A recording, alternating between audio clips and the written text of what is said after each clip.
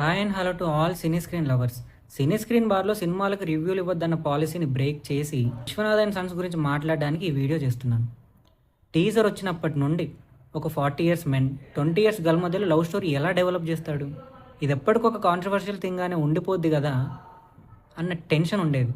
ఫైనల్గా నిన్న cinema release అయింది. నేను నిన్న సినిమా చూసే కంటే ముందు కొన్ని రివ్యూస్ చూశాను. అందులో ఒకటి, all the TFI directors women characters ఎలా రాయాలో వెంకీ అట్లూరి దగ్గర నేర్చుకోండి అని.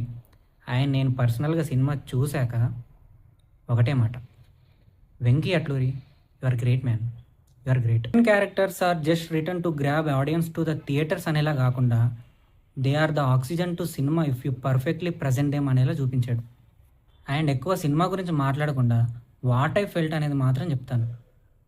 దిస్ హార్ట్, ఇది సినిమా అయిపోయేంత వరకు బ్లష్ అవుతూనే ఉంది.